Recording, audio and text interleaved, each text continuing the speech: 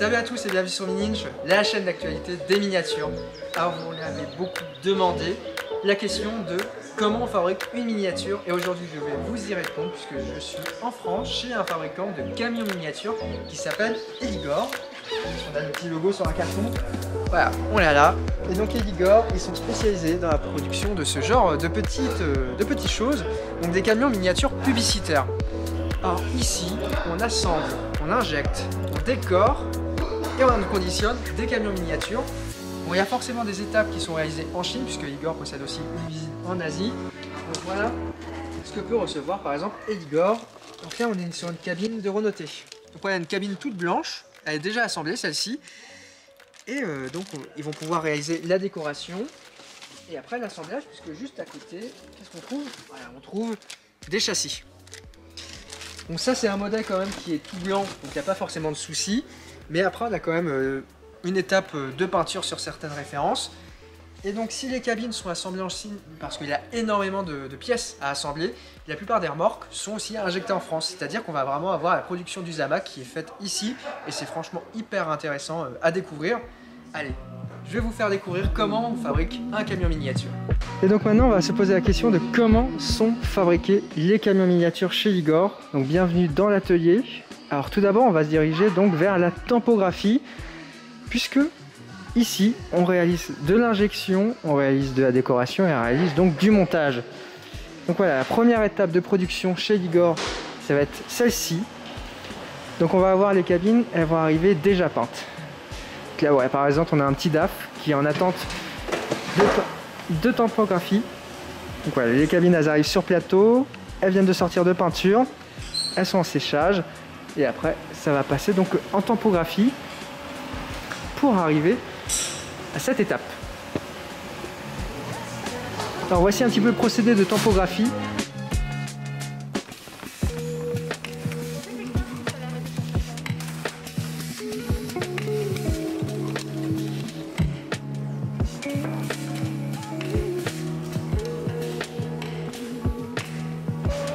Et donc il va être réalisé à la fois les cabines et aussi des éléments des remorques, comme par exemple ici avec la partie arrière.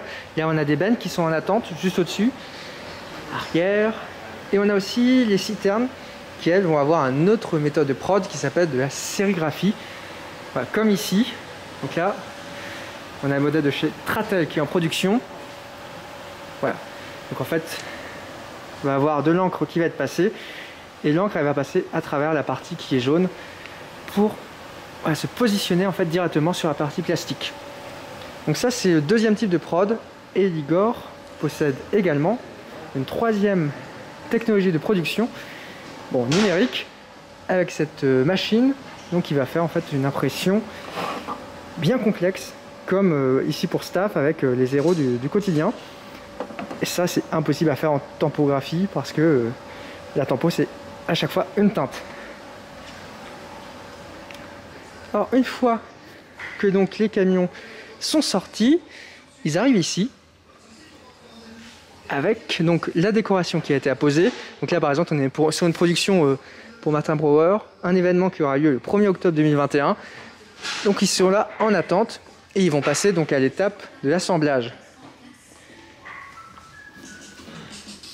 Donc les sous-éléments sont la plupart du temps des fabriqués en Chine, mais ils sont tous assemblés et décorés ici. Et c'est pas tout, hein, puisque par exemple on a également ces remorques qui elles sont assemblées, peintes et également donc usinées en France. C'est-à-dire qu'en fait le Zamac il va être vraiment fait en France, va avoir une injection qui va être française.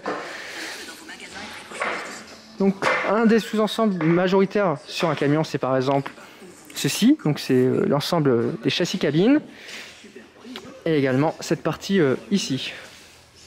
Et donc voilà, au fur et à mesure de la production, les camions vont s'assembler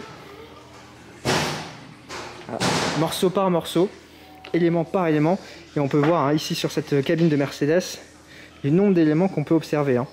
Assez incroyable. Donc là ici c'est une production qui est pour Roussel avec les remorques, les châssis, les calandres, les dessus de cabine.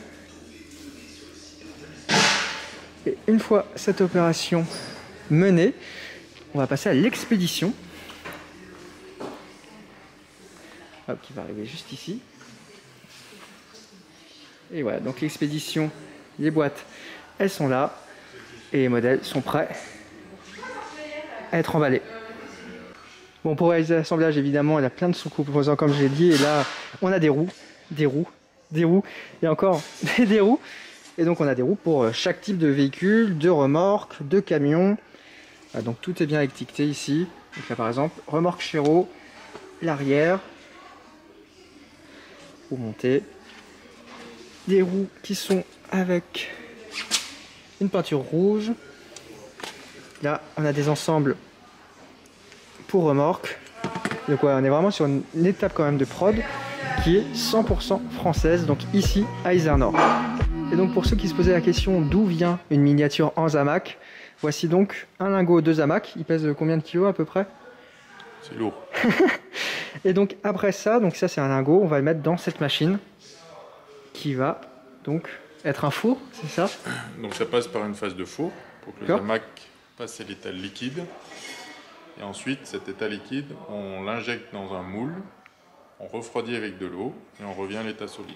Pas de souci. Bon, on va aller voir d'ailleurs qu'est-ce qu'un moule du coup, avec plusieurs exemplaires qui sont ici proposés chez Igor. Donc là, on a la partie du four qui est à l'arrêt, donc à l'état solide. Et ensuite, on monte à 750-800 degrés pour que ça devienne à l'état liquide. Ok. Donc là, on arrive dans la partie chaude, un petit peu. On arrive sur la partie machine dans laquelle on vient injecter là où il y a le moule. D'accord. Ici, on voit l'intérieur du moule. Et donc, comme il y a des cavités vides à l'intérieur du moule, le Zamac qui est liquide, il va remplir ces cavités. D'accord. Et au niveau du résultat? Et après, une fois que c'est refroidi, donc il redevient à l'état solide. Et bien entendu, il prend la forme du moule. Et donc là, on est sur un châssis de remorque. On est sur le plancher de la remorque. Voilà. La naissance de chaque miniature et camion, elle passe par cette étagère, puisque ici sont entreposés des moules. On a vu donc la partie injection Zamac, et donc voici à quoi ça ressemble un moule, donc avec les deux phases. Et là, par exemple, on est sur un moule d'une Citroën DS. Juste au-dessus, on a d'ailleurs la 403. Donc on est vraiment sur des éléments qui sont plutôt lourds, hein. Ça fait plusieurs centaines de kilos. Et un moule, ça peut durer donc plusieurs années. Et Igor, quand même, a la chance d'en avoir encore en France, puisqu'aujourd'hui, la plupart de ces moules sont justement en Asie. On va donc découvrir tout à l'heure tous les camions qui ont déjà été fabriqués chez Igor. Et franchement, en fait, l'entreprise existe depuis très longtemps en France. Il y a vraiment un passé industriel très long. Là, on peut le voir, par exemple, c'est des anciens moules. Donc là, on est sur un Renault avec une décoration chevrier. Ouais, c'est pas des modèles qui sont nouveaux. Donc là, ici, on est sur la partie où on retrouve tous les éléments pour assembler et pour fabriquer des camions. Mais on trouve vraiment de tout, hein. Hop, là, par exemple, on a des petites sellettes RVI, donc Renault Véhicule Industriel. Quoi, pour pouvoir mettre une remorque. Voilà, on a des ailes, on a des filtres à air de Volvo, plutôt intéressant. Et en fait, voilà, ça permet, quand ils fabriquent des pièces en France, de pouvoir les stocker, fabriquer une grande quantité, et après, elles sont utilisées. Après, pas seulement, donc derrière, on a aussi du stockage de pièces qui sont un peu plus importantes. Voilà, si on va faire un petit peu l'ouverture. Donc voilà, là, par exemple, on a des remorques. À l'état brut, hein. Donc après elles vont passer en décoration, elles vont passer en assemblage et après elles vont passer en conditionnement et ça donnera un beau camion. Donc là les étapes qu'on vous a montrées aujourd'hui, elles sont relativement intéressantes pour des camions miniatures, mais c'est à peu près les mêmes, hein, pour une voiture miniature. Et donc comme j'ai dit tout à l'heure, Igor utilise du Zamac, c'est donc des véhicules qui sont en métal. Et je pense qu'un jour on ira vous faire découvrir une production qui est en résine, hein, puisque c'est pas du tout la même chose. Voilà par exemple le type de production que peut assurer Igor, ça en France, hein, avec une injection française, une remorque, assemblage des roues et assemblage dans la petite boîte. Bon, je pense que maintenant on va pouvoir voir un petit peu la collection Igor. Je crois qu'il y a quelques camions qu'on peut découvrir. On va donc maintenant faire un rapide tour de l'historique d'Igor, puisqu'en fait l'entreprise elle possède des vitrines et encore des vitrines, avec l'ensemble des modèles qui ont été produits. Et donc on va traverser les époques, puisque comme on peut le voir ici, on va passer du Renault C1 AE au dernier Iveco qui est juste ici, en double, avec en plus une belle version pour les transports TEM. Et donc ça montre à quel point les productions d'Eligor sont quand même importantes. Donc ça va évidemment du camion, en passant par des accessoires, mais aussi des utilitaires légers. Donc Eligor a fait beaucoup de productions, dans un certain sens aussi publicitaires pour des grandes boutiques, comme Momaco, qu'on avait dernièrement visité. On a aussi Taco, qui a fait quelques productions. Ici on a des Kamaz, on a toute l'historique. Et après on a un petit peu l'histoire d'Eligor, qui est assez longue. Et on notera d'ailleurs ici un petit modèle Solido, puisque pendant un temps, c'est Eligor qui s'occupait de la gestion des Majopubs et des Solidopubs. Donc voilà, on a vraiment un panel très large. Ici on retrouve toutes les Tintins, puisque c'est Eligor qui avait assuré la prod, collection HY, et on repasse au camion. Donc là visiblement ils sont rangés par transporteur, hein, c'est ça. Donc là par exemple on aura tous les Corsifit, avec un vieux Scania, Renaulté, Magnum, MAN. Voilà, on a vraiment des dizaines et des dizaines de camions. Donc la production, c'est ce que je disais un petit peu tout à l'heure, des camions se fait souvent entre 100, 200, 300 pièces. Donc il peut y avoir une partie de la production qui peut être faite en Chine et une partie qui peut être faite en France. Donc tout l'aspect voiture est resté malheureusement très chinois. Par contre, ce qui est assez intéressant à noter avec Eligor, c'est qu'en fait il possède des anciens moules de chez Norev. Alors si on résume un petit peu l'histoire, Norev possède des anciens moules de chez Solido, Solido possède des anciens moules de chez Universal Hobbies, et Eligor possède des anciens moules de chez Norev, des voitures qui avaient été faites dans les années 80-90, comme par exemple, je crois qu'il y a une petite DS qui doit traîner quelque part ici, voilà, petite DS avec capot ouvrant, en fait c'est des anciens moules Jetcar qui ont été reconvertis. Donc ça on est vraiment sur des anciens modèles Eligor, et aujourd'hui c'est vrai que la marque a totalement abandonné cet esprit voiture pour partir voilà, là-dessus, sur des camions. Donc comment ils font un camion, vous envoyez une photo comme ça, et après vous avez la miniature. Donc celle-ci c'est d'ailleurs une nouveauté qui est disponible sur Un Monde Miniature en exclusivité, avec un porte-engin qui est plutôt daté, mais qui est quand même mobile. Là, il fait un super duo avec le petit Renaulté juste à côté. Oh, celui-là est magnifique là, le Gladiator avec le petit Iveco. Et c'est vrai que dernièrement, Eligor a quand même accéléré un petit peu ses productions, avec vraiment une refonte de l'ensemble de ses cabines, ce qu'on peut voir ici. Hein.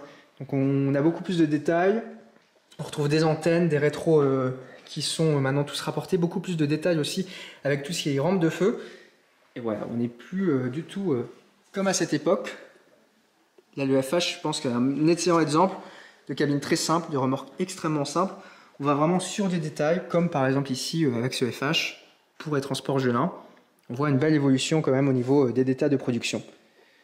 Alors si on fait le tour, on a aussi un petit peu de constructeurs qui traînent ici, puisque des fois Eligor répond aussi à des demandes. Donc là par exemple d'Iveco, là on a du MAN toujours. Vitrine un petit peu plus originale ici, avec pas mal de petites raretés,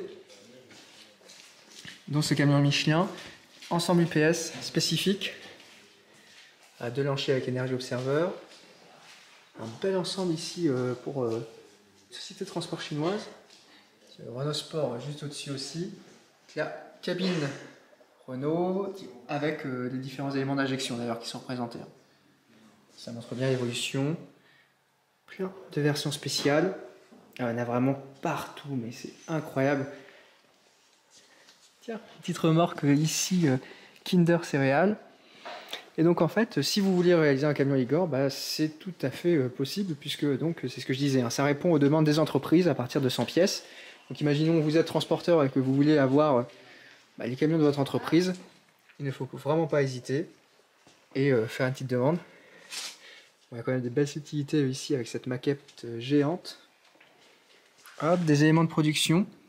Donc pour ceux qui se demandaient, voici à quoi ressemble un moule pour produire juste un petit moteur en plastique.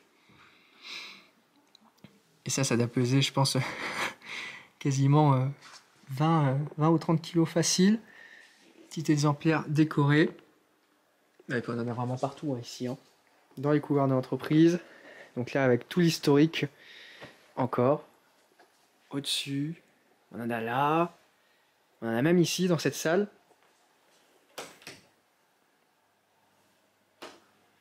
Voilà. On va allumer rien que pour nous. Donc la salle de réunion d'Eligor avec quelques camions. Encore une fois. Donc ici, un superbe ensemble fréquin. Ensemble pour la vente d'usine 2020. Tout l'aspect cuir à loup. Donc qui sont des répliques très simples en fait, de miniatures des années 60 et 70 dont la production est assurée en partie en France. Des modèles qu'on a oubliés comme les bus là. Tous les ensembles F1. Voilà, il y a quand même énormément. Difficile de commenter chaque camion tellement qu'on a. Je pense que facilement, hein, chaque transporteur français a au moins eu une fois un camion qui a été reproduit par Eligor. Ah, celui-ci est d'actualité avec le Norbert d'Entresang Tour de France. Et clairement, voilà, aujourd'hui, je pense que si on veut collectionner des camions Eligor, bah, il faut choisir ses transporteurs favoris ou vraiment rester sur une cabine parce que c'est impossible à tout chasser tellement qu'il y a de modèles et surtout tellement c'est limité. Tiens, on va revenir un petit peu aux voitures ici. Avec ce petit Citroën. Ah, il n'est pas tout jeune, hein. Petit véhicule électrique qui était déjà reproduit. De l'ADS, de l'ADS encore une fois. Un beau C15. Ah, ça, je pense que si Eligor veut ressortir un C15, faut le dire en commentaire. Et on pourra peut-être faire le nécessaire, hein, puisque là, elle a déjà quelques petites versions. Mais c'est vrai que c'est un modèle plutôt atypique. Bon, la photocopieuse de la marque. Ah, puis si on se dirige vers la sortie. On a vraiment les bureaux pour nous tous aujourd'hui. Hein. Un petit peu de pompier, puisque Eligor est quand même spécialisé dans ce type de camion aussi. Bon, il y a très peu de nouveautés qui sortent aujourd'hui, puisque en fait c'est du développement interne à Eligor. Et ce qui marche vraiment chez Eligor, c'est les demandes pour les différents transporteurs. Pendant un temps aussi, ils ont fait de la collection presse. Donc ici avec des véhicules à monter. Des gros modèles 1/8e. Tout ouvrant. Là par exemple on a la Stratos qui est toujours en cours de développement. Il ne me semble pas qu'elle soit sortie. Et ici on retrouve les voitures, les derniers utilitaires avec quelques masters publicitaires. Voilà, version Promo 10 derrière. Croix-Rouge. Evesa avec la petite nacelle Fraissinet. SAMU 38. EDF. R4. On a vraiment un panel qui est juste énorme.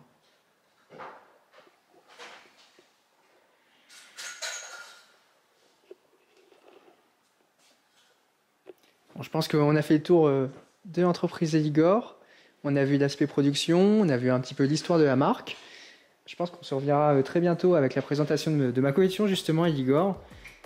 Et je pense qu'il va être temps de conclure. Et aussi c'est l'occasion de vous présenter donc ce nouvel Actros MP5 avec une décoration qui va juste sortir en fin d'année, bon, qui s'inspire évidemment de la livrée d'une célèbre monoplace à l'étoile. Ouais, une édition spéciale qui a été réalisée par Mercedes sur Actros et qui sera donc reproduit dans les prochains mois par Eligor. Ouais, un modèle dans la série Deco Trucks. Un beau travail qui a été fait au niveau du dégradé, hein. On le voit avec les petites étoiles ici qui descendent. Donc, clairement, je pense que ça peut être un modèle assez sympathique, même dans une collection de voitures, puisque la déco, clairement, elle passe pas inaperçue. Et en plus, on pourra faire un super duo avec les différentes cabines Renault-T aux couleurs Renault F1 ou encore Alpine. C'est donc la fin de cette vidéo, merci beaucoup de l'avoir regardé. J'espère vraiment que cette visite chez Eligor vous a plu. On a pu découvrir l'aspect production, puis on a pu aussi découvrir un petit peu l'aspect l'histoire avec tous ces camions qui m'entourent ou encore ces voitures. Bon, n'hésitez pas à vous abonner à la chaîne, à mettre un petit commentaire, à activer la cloche et aussi à lâcher le pouce bleu. De notre côté, on se dit à très bientôt sur Mini Inch. Allez, ciao!